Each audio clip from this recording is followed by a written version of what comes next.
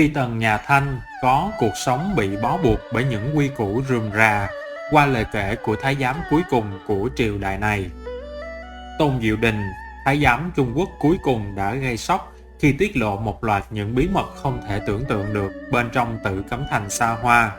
Vào thời phong kiến, hoàng đế Trung Hoa là người nắm trong tay địa vị và quyền lực tối cao. Do đó, hoàng đế nào cũng có tam cung lục viện, số phi tần nhiều không đếm xuể, để duy trì nòi giống và củng cố quyền lực. Khi đó, việc trở thành thê tử của nhà vua là giấc mộng đổi đời của không ít thiếu nữ trong thiên hạ, được hưởng một cuộc sống xa hoa, phú quý, không thiếu người hầu kẻ hạ. Đến tận cuối thời nhà Thanh, dù tình hình trong nước có nhiều bất ổn, cuộc sống của bách tính khốn khổ lầm than, thì các nương nương trong hậu cung vẫn được hưởng những đãi ngộ trên trời. Và sự thật là cuộc sống xa hoa của họ phía sau những bức tường thành kia lại ẩn chứa không ít những điều mà khó ai có thể tưởng tượng được. Việc tắm rửa xa hoa tốn kém. Trong ấn tượng của hậu thế, các phi tần mỹ nữ hậu cung vốn là những người được hưởng cuộc sống xa hoa, sung sướng với vô số người hầu kẻ hạ. Đây cũng là điều dễ hiểu, bởi lẽ Đức Lan Quân của họ chính là hoàng đế, người ngồi trên núi vàng, núi bạc của cả thiên hạ. Đến tận giai đoạn vào cuối thời nhà Thanh, mặc dù cục diện trong nước có nhiều bất ổn, thế nhưng cuộc sống của các nương nương vương triều này vẫn chẳng kém xa hoa hơn những giai đoạn thịnh trị là bao. Và những giai thoại ít biết về chuyện tắm rửa của phi tần Thanh cung dưới đây chính là minh chứng cho điều này. Nói về cuộc sống của các phi tần vào cuối thời nhà Thanh, vị thái giám này miêu tả, phi tử hậu cung có cuộc sống cực kỳ xa hoa, ngay cả tắm rửa cũng chưa bao giờ phải tự mình động tay. Từ việc cởi quần áo cho tới lúc bước chân vào bồn tắm đều do các cung nữ thái giám hầu hạ. Trong quá trình tắm rửa, cung nhân không chỉ cần phục vụ cẩn thận mà còn phải quỳ để bày tỏ sự cung kính. Bởi vì thời gian tắm rửa của các phi tần thường kéo dài rất lâu, cho nên đối với cung nữ thái giám mà nói, mỗi lần hầu hạ những vị chủ tử này đi tắm đều hết sức khổ sở. Điển hình là Từ Hy Thái Hậu, có giai thoại từng truyền lại rằng mỗi lần bà tắm rửa tốn tới cả 100 chiếc khăn chỉ dùng để lau một lần rồi vứt bỏ.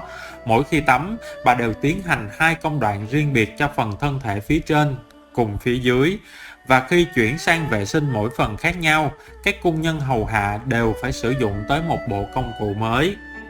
Từ Hy Thái Hậu này vốn không để tâm tới việc mình đã lãng phí bao nhiêu sức người, sức của, nên thói xa hoa, phung phí của bà cứ tiếp diễn tới tận lúc qua đời.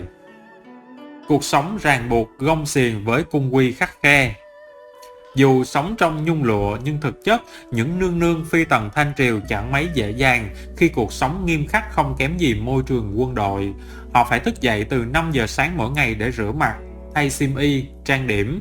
Người có bối phận càng cao thì càng tốn nhiều thời gian cho công cuộc giữ gìn hình tượng này. Tới 6 giờ, các phi tần hậu cung dưới sự dẫn đầu của hoàng hậu sẽ tới thỉnh an hoàng thái hậu. Sau đó họ lại được hoàng quý phi và các quý phi đưa tới tẩm cung hoàng hậu để tiếp tục thỉnh an buổi sáng. Những màn chào hỏi này sẽ kết thúc vào khoảng 7 giờ. Tới lúc này các nương nương mới được dùng bữa đầu tiên trong ngày. Khẩu phần cơm của họ cũng được phân chia nhằm thể hiện rõ cấp bậc. Trong hậu cung, người có phẩm hàm từ quý phi trở lên mới được phép ăn trứng gà. Trong khi đó, bữa ăn của hoàng hậu sẽ lại thừa thãi các nguyên liệu quý như gạo nếp cao ly, đậu Hà Lan, vân vân. Khoảng thời gian từ 9 giờ tới 11 giờ là lúc các phi tần xây dựng những mối quan hệ của mình bằng cách đi tới tẩm cung của người khác hoặc mời họ tới chỗ mình để trò chuyện. Từ 11 giờ trưa tới 14 giờ chiều là khoảng thời gian dùng ngự thiện nghỉ trưa. Phải tới sau 14 giờ chiều, các nương nương mới có thời gian giải trí, tự do làm việc theo sở thích của mình. Tới 17 giờ, họ lại một lần nữa cần tới cung của Thái hậu và Hoàng hậu để thỉnh an lần cuối trong ngày, sau đó trở về chờ Hoàng thượng lật bản. Nếu không được chọn làm người thị tẩm hôm đó, phi tần có thể tắm rửa, dùng ngự thiện rồi đi nghỉ ngơi. Ngược lại, nếu được truyền đi thị tẩm, họ sẽ dành khoảng thời gian chiều tối để chuẩn bị và tắm rửa, sau đó được đưa tới tẩm cung của nhà vua để hầu hạ. Do Thanh cung có quy định các phi tử, trừ hoàng hậu không được phép ngủ qua đêm trong cung vua, nên những vị nương nương sau khi được thị tẩm phải trở về tẩm cung để nghỉ ngơi.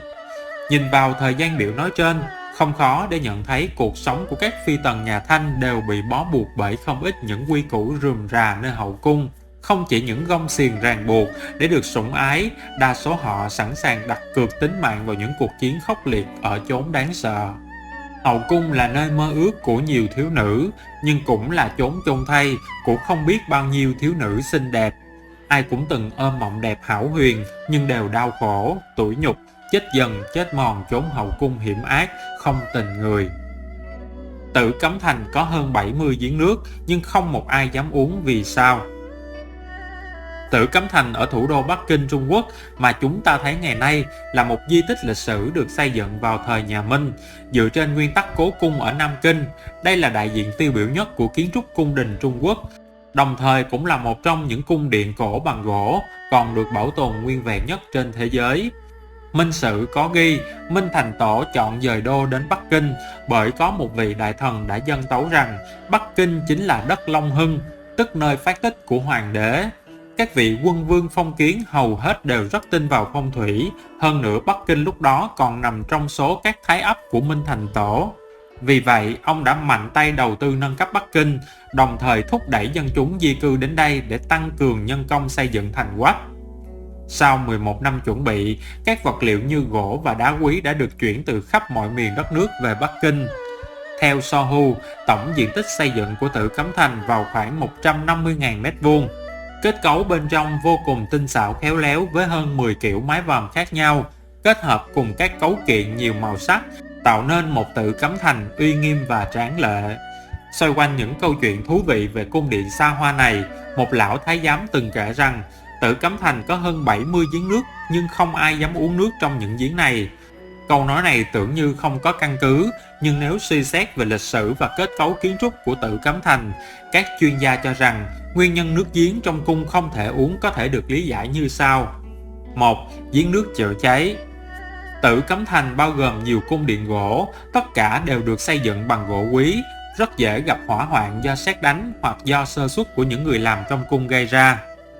Minh Sử có ghi chép năm Gia Tĩnh thứ 36 và năm Vạn Lịch thứ 25, trong Tử Cấm Thành đã xảy ra những vụ hỏa hoạn lớn, khiến nhiều cung điện bị thiêu rụi, gây ra tổn thất cực kỳ nghiêm trọng. Vì vậy, theo các chuyên gia, việc xây dựng và tái tạo lại các công trình tốn rất nhiều chi phí. Điều này khiến các nhà cầm quyền phải quan tâm nhiều hơn đến công tác phòng cháy và chữa cháy, từ đó những giếng nước trong cung dần trở nên hữu dụng. Mỗi khi xảy ra hỏa hoạn, người trong cung đều múc nước từ giếng gần đó để ứng cứu kịp thời. Có thể nói nước giếng là nguồn chữa cháy hiệu quả nhất trong Tử Cấm Thành lúc bấy giờ. Một bài viết trên Sohu chỉ ra đã có hơn 100 vụ hỏa hoạn vào triều đại nhà Minh và nhà Thanh, nhưng hầu hết Tử Cấm Thành vẫn được bảo tồn nguyên vẹn. Có thể thấy những giếng nước này đã đóng một vai trò quan trọng trong việc bảo vệ các di tích văn hóa. Có một giả thuyết khác về việc người ta sợ uống nước trong các giếng ở Tử Cấm Thành là liên quan đến câu chuyện giếng Trân Phi, là giếng còn tồn tại thật đến ngày nay và trở thành một trong những điểm tham quan nổi tiếng tại Tử Cấm Thành. Theo cuốn Nhật ký Gia Sơn, một viên quan của Tử Cấm Thành đã ghi lại câu chuyện vào đêm trước khi liên quân 8 nước tấn công vào Tử Cấm Thành, Từ Hy Thái Hậu trong lúc tháo chạy vì không muốn mang theo Trân Phi, người luôn chống đối mình, đã sai người dìm chết Trân Phi dưới giếng. Bi kịch của Trân Phi là một điển hình về một thực tế lịch sử hàng trăm năm, trong đó là những cuộc tranh giành quyền lực, gió tanh mưa máu, không biết bao nhiêu người đã bỏ mạng dưới những chiếc giếng này. Tuy vậy, lý giải rằng nhiều người không dám uống nước vì đó là mồ chôn oan hồn chỉ mới dừng ở mức lời đồn mà chưa ai chứng minh. Trong khi đó, một lý do rất cơ bản và tin cậy hơn là vấn đề chất lượng nước sẽ được chỉ ra bên dưới. Vì Tử Cấm Thành là nơi sinh sống của rất nhiều hoàng thân quốc thích và thái giám cung nữ, nên chắc chắn sẽ cần nhiều nước cho các hoạt động sản xuất và sinh hoạt. Vậy nếu không phải nước giếng thì người trong cung dùng loại nước gì? Tác giả Từ Kha trong cuốn sách Tuyển tập những mẫu chuyện nhỏ thời Thanh viết rằng nếu người trong Đại Nội muốn uống nước sẽ chỉ dùng nước từ núi Ngọc Tuyền.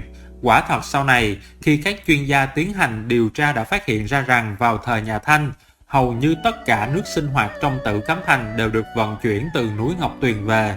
Theo đó thì Hoàng đế Càn Long đã tiến hành khảo nghiệm để so sánh nhiều nguồn nước và kết luận rằng nước suối ở núi Ngọc Tuyền là thích hợp nhất để sử dụng trong cung đình. Còn nước giếng là nước cứng, loại nước chứa hàm lượng chất khoáng cao, chủ yếu là 2 ion canxi và magie. uống vào sẽ không tốt cho sức khỏe. Thêm vào đó, nước giếng cũng không được sử dụng vì lý do an toàn tính mạng. Nếu có ai đó hạ độc một giếng, hàng chục giếng nước khác trong Tự Cấm Thành cũng sẽ nhiễm độc vì chúng được nối thông nhau.